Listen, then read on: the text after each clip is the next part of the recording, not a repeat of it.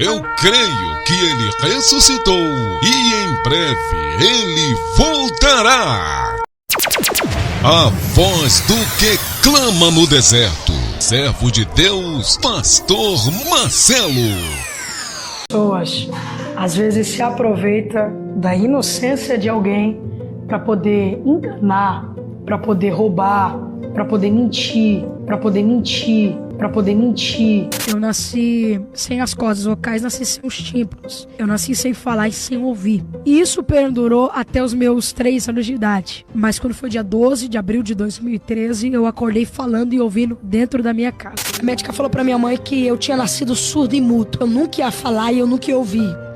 Eu não ia falar, Tom, porque eu nasci sem as cordas vocais. Eu não ia falar, Jéssica, porque eu nasci sem os tímpanos. Aos olhos da medicina, isso é impossível. Alguém falar e alguém ouvir. Por que eu não podia falar e por que eu não podia ouvir? Porque eu não tinha tímpanos nem cordas vocais. Não podia usar aparelho. Porque aparelho é para aquelas pessoas que têm 1% de audição, eu tinha 0. Seu filho nasceu surdo e mudo.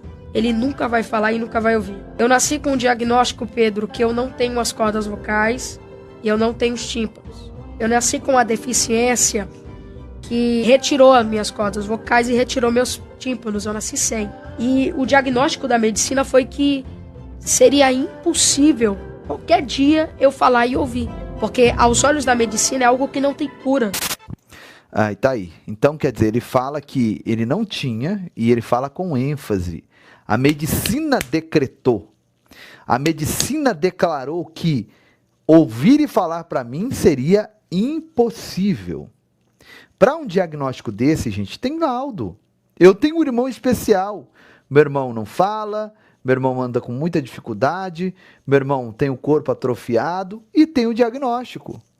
Faltou o oxigênio na hora do parto. Cérebro com algumas funções neurológicas danificadas. Então tem um laudo. Meu irmão, ele até pouco tempo recebia um benefício do governo, porque estava declarado ali em laudo a sua deficiência. Agora, no caso do Miguel aqui, ele está mentindo. Mentindo, porque agora olha a sua última versão. Isso aqui foi lá nos Gideões Missionários da Última Hora, né? No Congresso dos Gideões, onde houve um verdadeiro ringue em cima do altar. Pregadores atacando pregadores. Uma coisa nojenta mesmo, né? Dá uma olhada. Você tem um testemunho muito forte, que até os 3 anos de idade você tinha dificuldade de falar. Você chegou a ir atrás desses laudos, desse exame, para poder validar esse seu testemunho? Bom, Fábio, eu contei esse testemunho, né? Que eu tinha dificuldades para falar e para ouvir, né? E com 3 anos de idade, eu acabei surgindo um milagre. Eu não expliquei o testemunho direito e bem, né? Eu tinha dificuldades na fala, minha língua era travada, dificuldade de audição, né?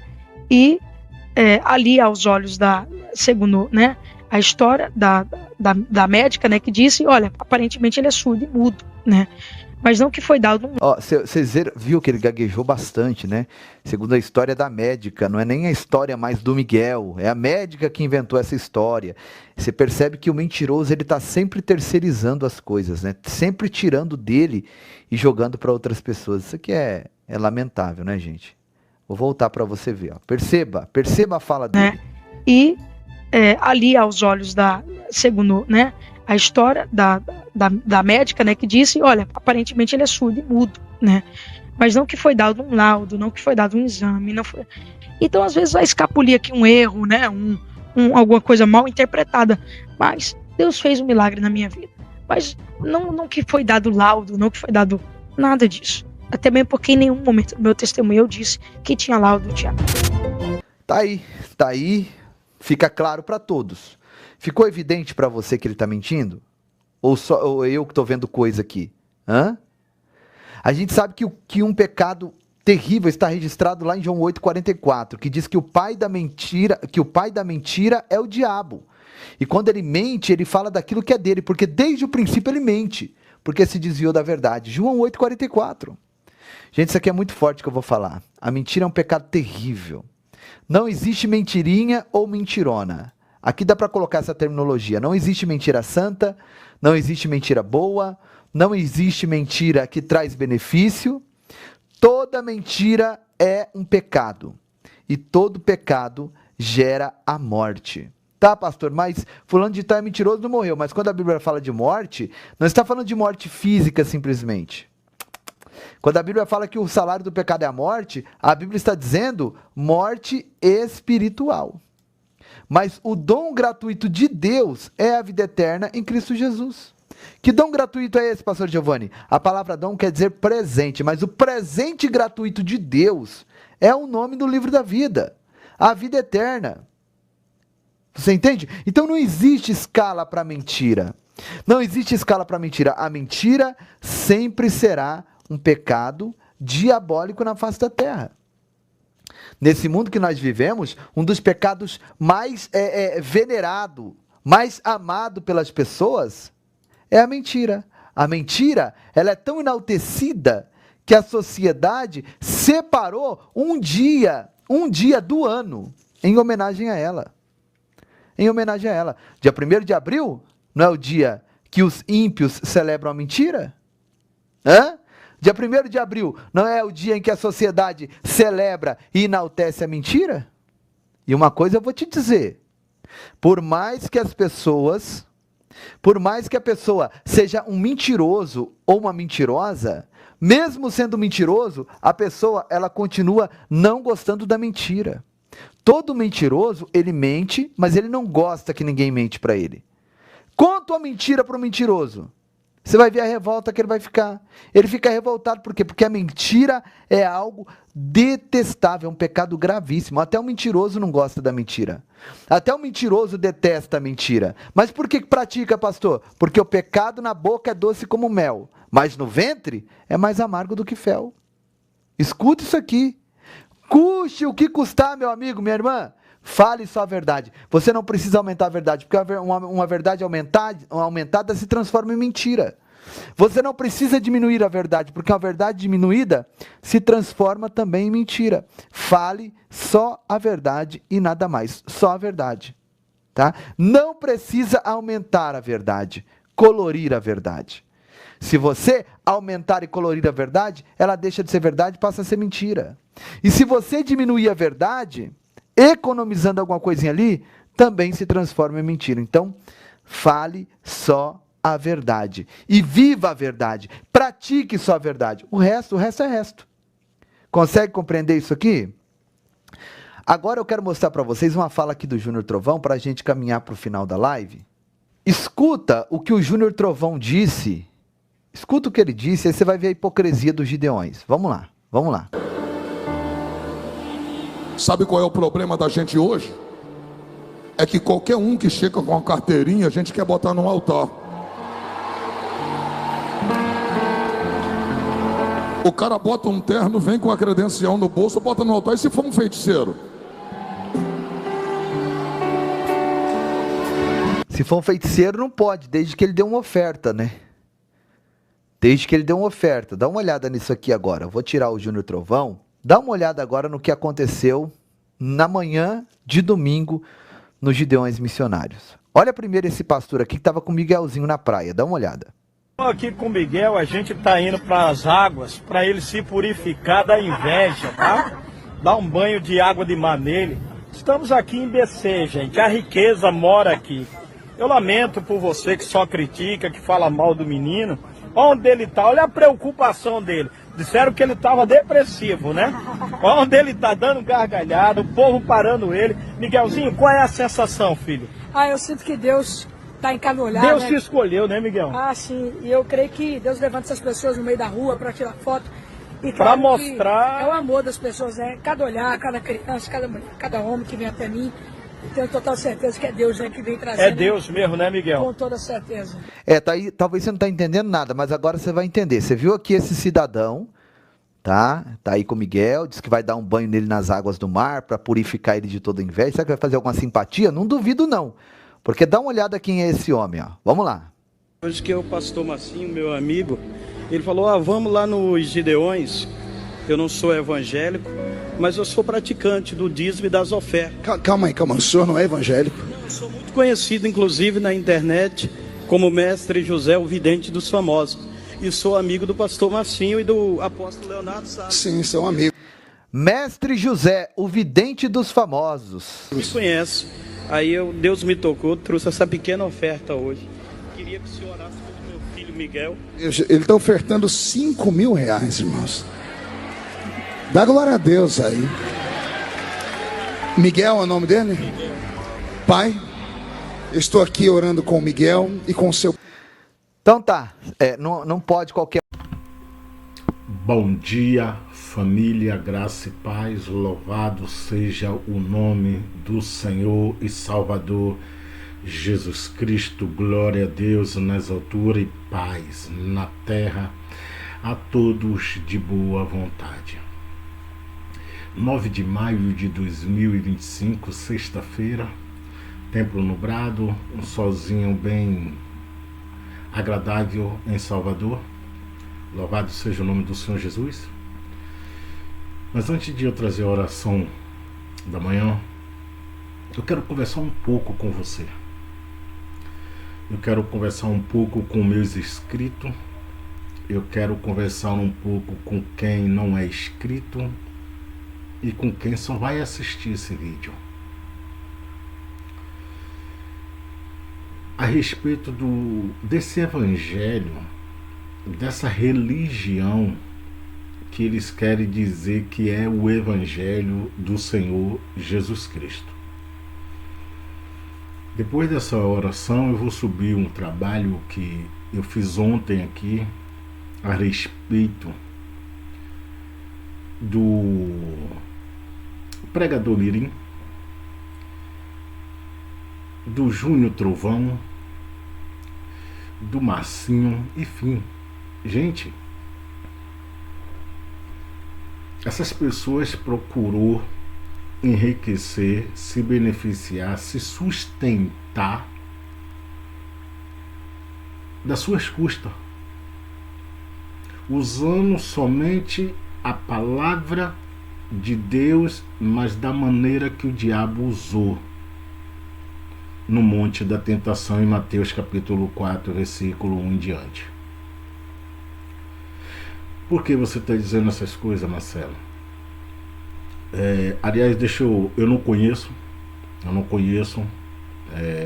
nunca tive uma oportunidade de conversá-lo, mas deixa eu mandar um abraço aqui para o pastor Giovanni Dias, do canal Povo da Fé, e discordar dele em algumas coisas. Quando ele diz que para Pedro teve chance, teve. Porque Pedro, aleluia, ainda estava ali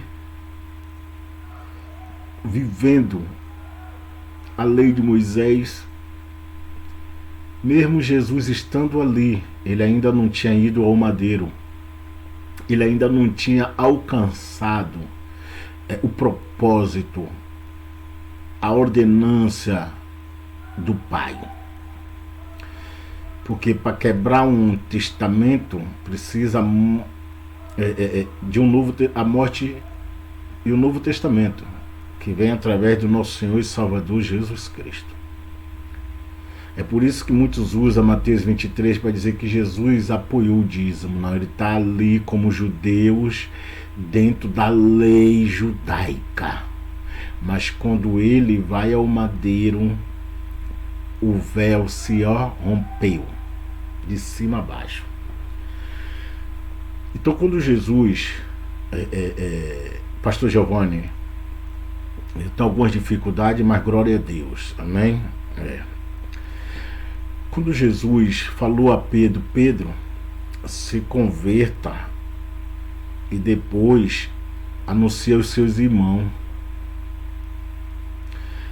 Jesus chamou a atenção de Pedro diversas vezes, enquanto Jesus ainda caminhava ali, enquanto o ministério de Jesus estava ali, enquanto o ensinamento de Jesus estava ali. E a última vez que o Senhor Jesus vai chamar Pedro a atenção está em João capítulo 21, no versículo 14, quando Pedro volta para o mundo, que é voltar para a prática de pescador de peixe, e tem uma vida fracassada, mas Jesus aparece na praia ali. Aí no versículo 14, você vai prestar atenção que Jesus vai dizer: Pedro, tu me ama? Amo, Senhor. Apacenta os meus cordeiros. Pedro, tu me ama mais do que estes? Amo, Senhor.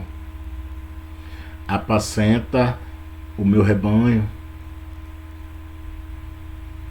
Pedro, tu me ama mais do que esse? Pedro, tu sabes. A conversão de Pedro vem ali, querido. Quando Jesus em sinal mostra para ele como vai ser o fim. E o fim de Pedro é de tamanha proporção que ele diz: eu não sou digno de morrer como o meu mestre, me põe de cabeça para baixo. Essa transformação, pastor Giovanni, é poucos que têm. E esse missionário Miguel aí, esqueça. Eu te digo, ainda lhe aconselho, nem ore por ele, você está perdendo um tempo. Como assim, Marcelo? Você está perdendo tempo, velho. E Êxodo 32, verso 30 e diante, lê aí que você vai ver que você está perdendo tempo. E eu estou indo agora para o Antigo Testamento. Mas isso também se mantém vivo no Novo Testamento. Porque Jesus disse: diga o que quiser de mim, mas não blasfeme contra o meu espírito. É o que está em Êxodo. Moisés, você quer que eu tire o teu nome do livro da vida? Aquele que blasfemar contra mim, certamente eu arrancarei, riscarei, tirarei essa pessoa, esse nome do livro da vida. E na carta a Hebreus, capítulo 10, versículo 26 ao 28. E depois de ter conhecido o ensinamento de Jesus Cristo, mas peca de maneira avassaladora, como esse povo está aí, ó. Para esses não resta mais sacrifício. Não resta. Não tem mais sacrifício para esses aí.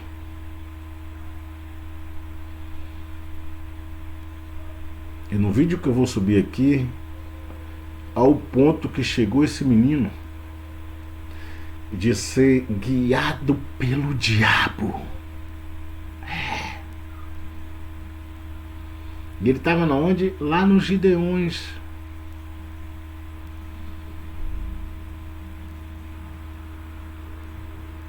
Aí você vê um feiticeiro, um pai, um idólatra,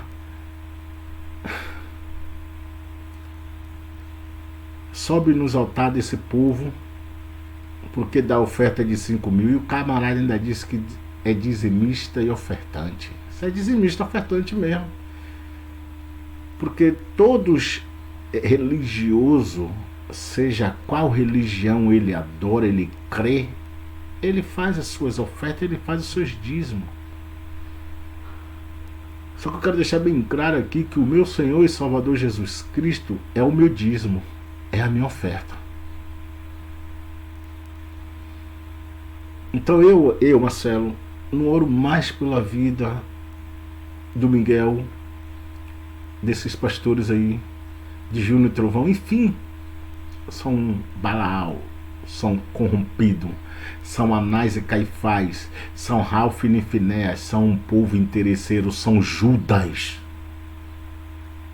Eles são Judas.